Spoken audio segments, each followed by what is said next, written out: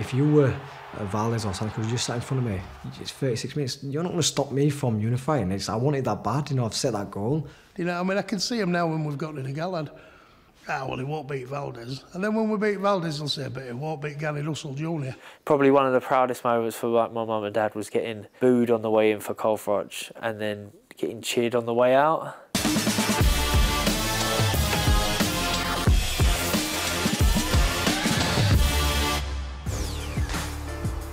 Hello, welcome to No Filter Boxing. This week we go behind the scenes with one of the standout fighters of 2018, IBF Featherweight World Champion, Josh Warrington. We'll also hear from the man in his corner, trainer and father, Sean O'Hagan. George Groves also joins us as he talks retirement, regrets and career highlights. Oh, thank you. Cheers. And we visit Frank Warren as he previews the year ahead for his fighters.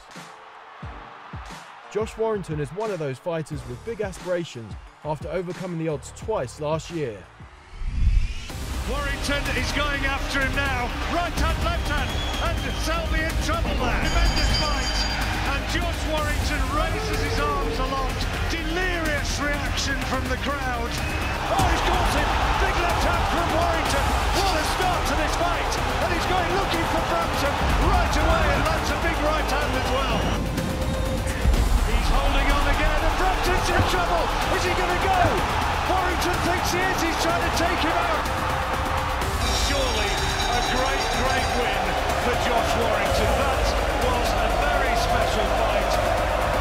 Once again, the jubilation is for Leeds and for Josh Warrington. Carl Brampton held him aloft.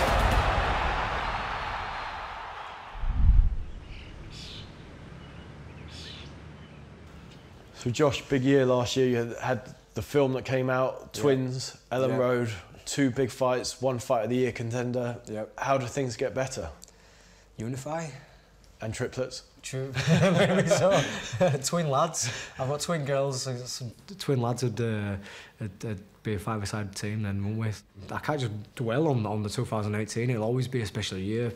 You've got to look at that as its own little chapter.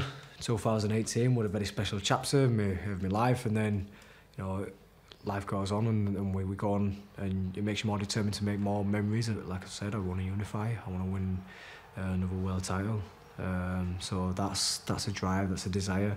I'm in position now to really earn some big paydays, so securing me, you know, the future of my family. Do you feel like people now have got the message about you? I'm looking through Twitter posts and, for instance, candidates for fight of the year and all these different polls. So, who's your fighter of the year? And people are Warrington. Like, I'm not used to seeing that. I'm used to saying Warrington's a night job, blah, blah, blah, he's no good, he's just another. So, yeah, exactly. But when it's all about credit, and I'm getting overwhelmed, having to put phone down.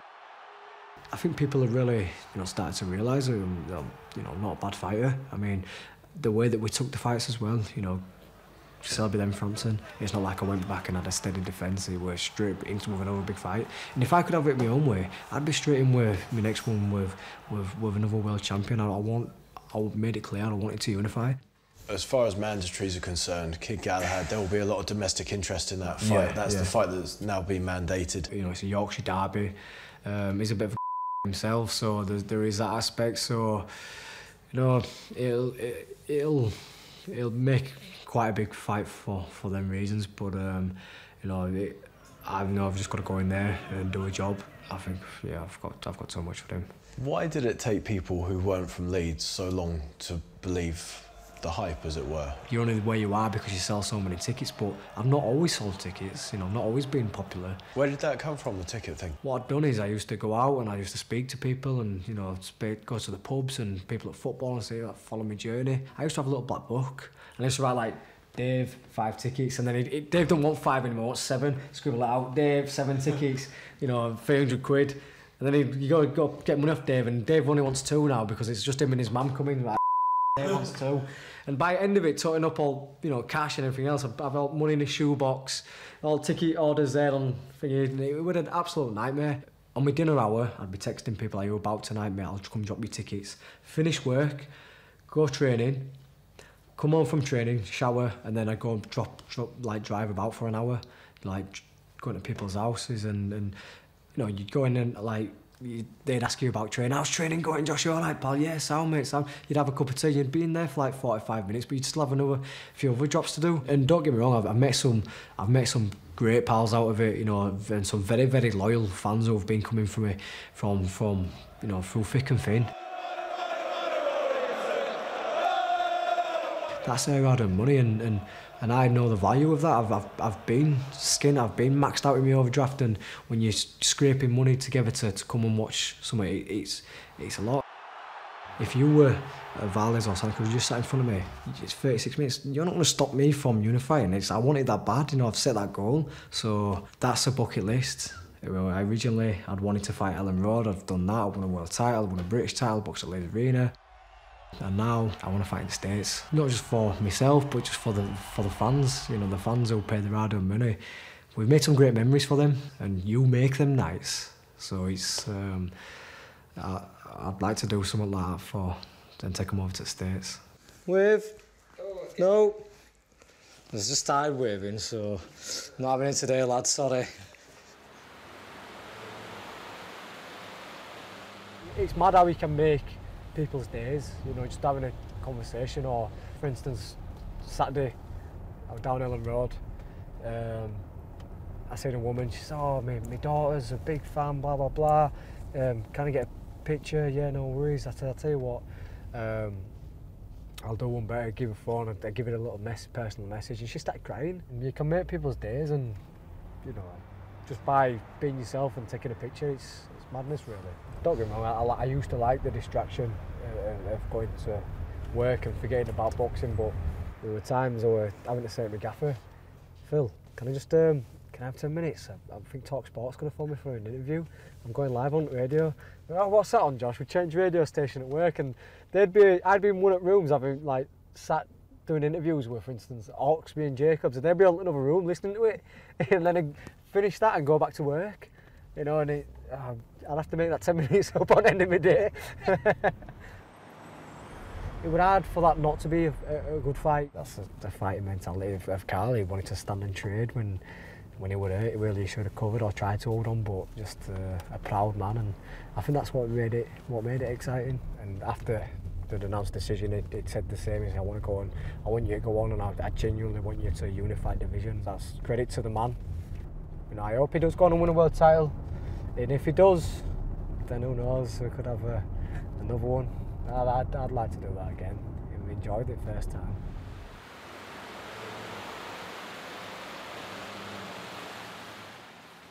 Tell us about this canvas. Well, you see this canvas here, gentlemen, this is history was made on this canvas.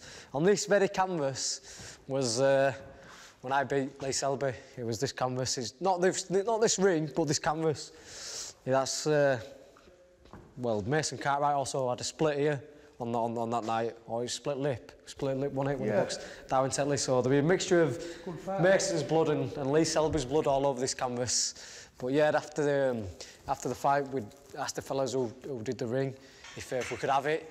They said yeah, he'd cut it down to size to fit our ring.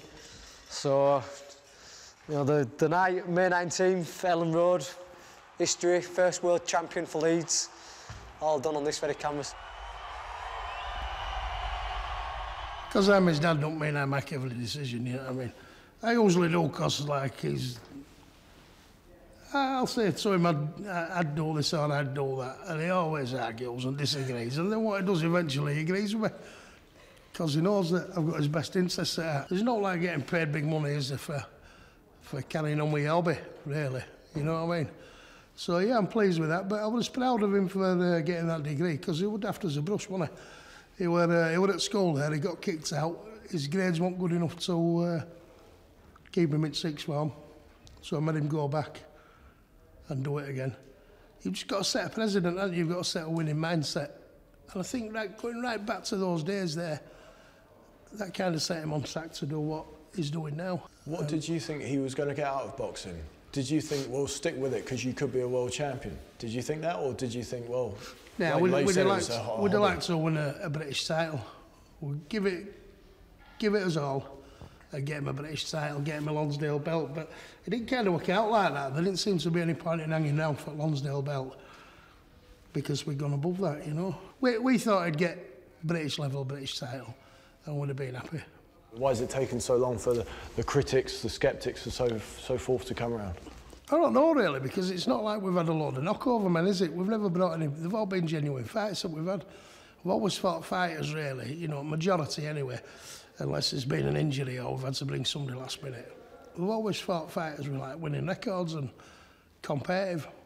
Kid Galahad's up next. What do you make of that fight? I would have liked to have gone down the route of Oscar Valdez, but we've got to fulfil his obligations, you know, and his obligations at this stage is fighting as mandatory, which is Galahad. He's not a bad fighter, because he's there on merit, isn't he? He's there on merit, but I don't think he should be mixing in this class. He's not going to beat us on that. He knows that. He's turning up for a few quid. I mean, every time we go to fight, well, he did well there, but what it a fluke, he won't beat. So, you know, I mean, I can see him now when we've got rid of Galahad. Well, he won't beat Valdez. And then when we beat Valdez, he'll say, but he won't beat Gary Russell Jr. What does Josh need to work on to be a better fighter? If you'd have asked me that question 2 fights ago, and I said he needs to relax in ring, because he'd get in ring and you'd see him stiffen, and it'd take him 3-4 rounds. And those 3 or 4 rounds used to be a worry for me. I think once we arrived and we got a shot with Selby, it was like everything changed. He was so relaxed. You know what I mean? He knew we were capable. He'd get in there, not fearing anything really, knowing that he'd trained right, knowing that our team, our outfit, were the best in the world. Have you been to Vegas? Have I been? Yeah. I've been to Whitby. I've been to Bognor. I've been to Isle of Dogs. Once went down there. I've been to London. Yeah, I've been all over. Berlin. I've been to Vegas. You haven't been to Las Vegas yet? Dangerous for me, that. I like a party. But you might be going down the line, mightn't you? Is that something that you'd like to do? I might not be coming home either if I get out there, I'll tell you. Join us again after the break as we get the thoughts of promoter Frank Warren on what he expects to see in 2019. And we visit George Groves to find out why he's decided to call it a day.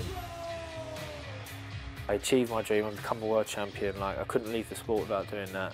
You know, I've been involved in huge fights, I've made history along the way, and I'm happy. I'm happy that I got as much out of boxing as I did, and you know, but I'm happy obviously to sort of leave on my terms now.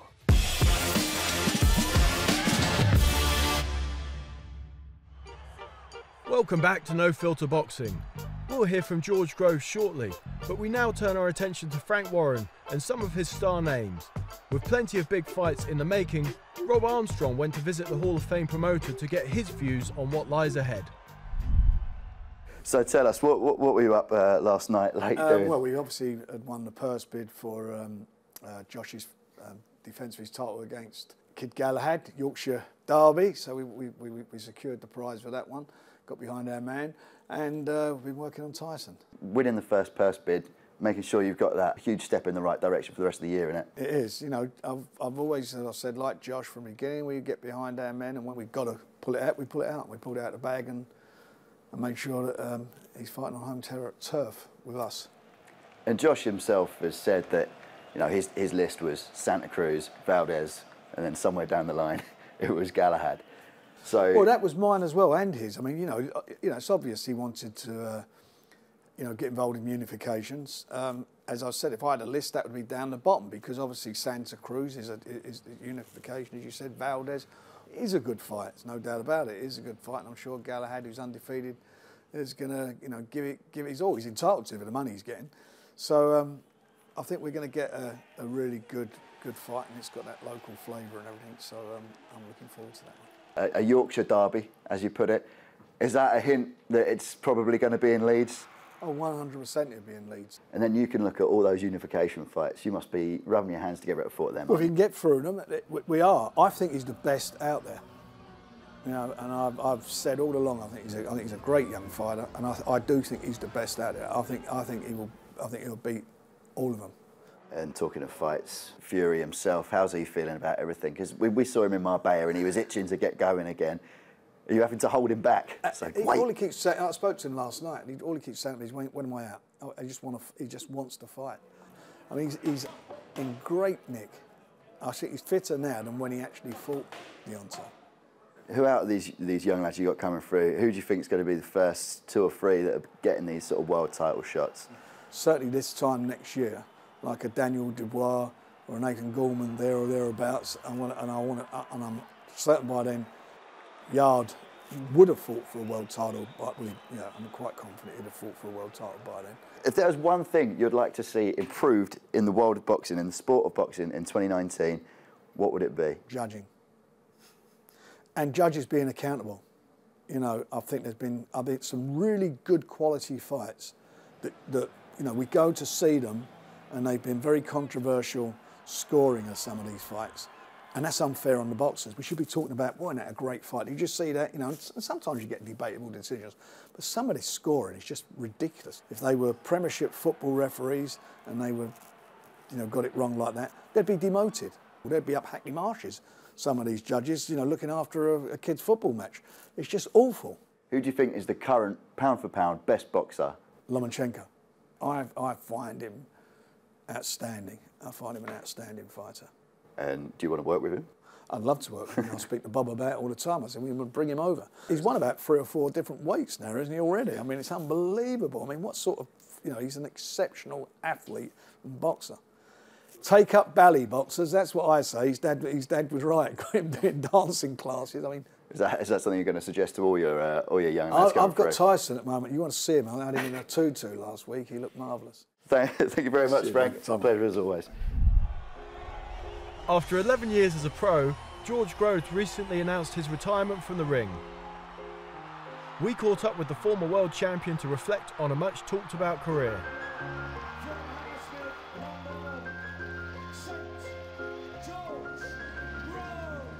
George, you've called it a day. Mission accomplished?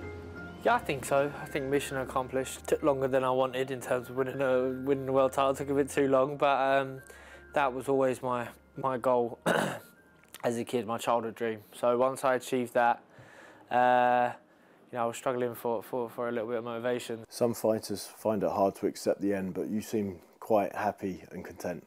Yeah, no, I really am. Like, I genuinely am. Sometimes it's hard for a fighter to put together sort of a checklist of what do they want, and once they've achieved that, is that enough to sort of call it a day? And for me, yeah, if I try and measure my success in the sport, I achieved my dream and become a world champion. Like, I couldn't leave the sport without doing that. I've been involved in huge fights. I've made history along the way. Some wins, some lost, but this is perfect time for me to sort of now walk away. Do you anticipate missing the buzz of fight night? The buzz on fight night is crazy. It's immense. But the older you get, and almost like the bigger the occasion, the more focus that goes into it, the more attention to detail is required, and more stress. I was going to say, did you love boxing at the end? Yeah, you do. You still love boxing, but it's not so much the satisfaction diminishes. It's just the amount you've got to put in becomes more and more and more each and every fight. It's just so much more exhausting. Was beating Chudinov for the title, was that the highest point? Yeah, I mean that's my greatest moment. It couldn't have been better. Did you think it was your last chance? It was definitely that was definitely my last chance, because physically I was young enough and healthy enough to come again, but mentally I wouldn't have wanted to. No way I would have wanted to. Chudinov was tough, He broke my jaw in the 3rd round. I was KO in the 4th round. Anything could have happened in that fight. At that point, you always dig deep. Every fighter digs deep. Every fighter wants to win, but wanting to win ain't enough. I learnt that in the Frotch rematch. It's not who wants it most. It's many other variables are involved. But that was my night, and that was my best night. How much has Edward Gutnecht been in your thoughts when considering your future? During the fight, I remember just being a little bit uncomfortable with it. Just that, like, it wasn't going to end from my part, but at the same time, it's like, well, hopefully his corner pull him out. Something, this didn't quite feel right. Sat down in the change room after, and one of my team came over and said that we want to give you let you know that Eddie's collapsed in the change room and he's been taken to hospital. And as a fighter, you know what that means. So you're like, oh. And then we went and saw him less than a week after, maybe 4 or 5 days after. He's in hospital, and it was a surreal experience. It was so sad. Was that the worst thing that happened to you? Yeah. I mean, it was. It's not why it's not why you get involved in boxing. You haven't always been seen as the good guy, but the public sentiment with your retirement has been almost wholly positive, I believe. Is that a way that you've manipulated the audience over the years, which you would admit to having done? You've played the roles that you've needed to play, haven't you? Nothing in my career has been staged, so I don't flip tables to sell tickets. I don't text my opponent, which does go on. For every rivalry I've ever had, Texas. Yeah, every rivalry that I've had has been authentic, legit. Yeah, you know, to the point where even Eubank was trying to fabricate a rivalry as such. Didn't really need to do that because I don't actually dislike Eubank. I think he's all right. He's not my cup of tea, but he's all right. I originally thought the same about Froch until he just set upon me. So now I don't like him. But I thought, if he's going to talk nonsense because he's so arrogant, I'm going to pull him on his rubbish, you know. I did that with De Gale and I was a hero. And I did it with Froch and people were outraged. They were livid. Probably one of the proudest moments for my mum and dad was getting booed on the way in for Cole Froch and then getting cheered on the way out. On Froch, 2 very different fights you had with him, 2 defeats. Which defeat hurt the most? The rematch, without doubt. First fight feels like a no contest. You know, I should have won, but I didn't get it. You know, whatever. And the second one, you know, I lost, and it was my fault. And there's you know, that was far more difficult to deal and contend with. He couldn't have gone out in a better way. So full credit to him. I mean, that's every fighter's dream. I mean, that's what we'd all love to do. I'd like to bring it up every now and again if I'd won that night, but you know, it's each their own. It's all maybe even with his comic delivery that whether he gets a bit of stick for it or not. But he should be proud of that. He definitely should be proud of that because I tortured him in the first fight. Well, I battered him in the first fight, and I tortured him in the build-up for the second fight. And he well and truly shut me up. During the Callum Smith fight, which has obviously turned out to be your last fight, were there times in that fight where you thought, I don't need this anymore? During the fight, no. I was in there, I wanted to get rid of him. My left shoulder wasn't working like I hoped it would. You know, I wasn't able to control him with the jab like I usually do. Obviously, he was so much bigger than the opposition that I've sort of faced recently. You think Eubank and Cox are like, you know, 5-6 inches shorter than him, so he had height and reach advantages on me, and obviously, you know, he's got good power. I was trying to bring my right hand into play, and it was catching, it was working. It was nip and tuck, like every loss I've had. You know, caught me with a good shot, buzzed me with a check left hook. I think it's harder for fighters when they get beat by people they don't feel they should. You know, but I wasn't good enough, and he got the win, and you know, fair play to him. Who was the best you fought? Probably Froch, to be honest. Like skill-wise, definitely not. You know, Badou Jack was far more skillful. Even James De Gale had a lot more skill, but yeah, Cole Froch, just for his grit and determination, how he managed to get through to the 9th round of our first fight is incredible.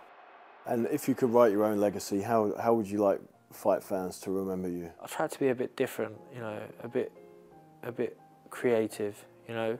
I did it my way to a certain degree, which might not have been the easy way, but I had to carve out a career for myself when I was never the A side of the card. So when I turned professional, James De Gale was the A side because he was an Olympic champion. Then I beat him. You know, by the time he came around to fighting for a world title, Cole Froch was the A side. You know, he was the golden boy at Sky. So I had to go the other route. And it took me a while to get it right, but when I did get it right, you know, I really reaped the benefits because of the hard work that I'd done previous to get me into that position. Brilliant. George, thank you very much for your time. Really appreciate it. Thank you, mate. That's all we have time for. Join us again next week as we visit Anthony Yard and Sam Bowen.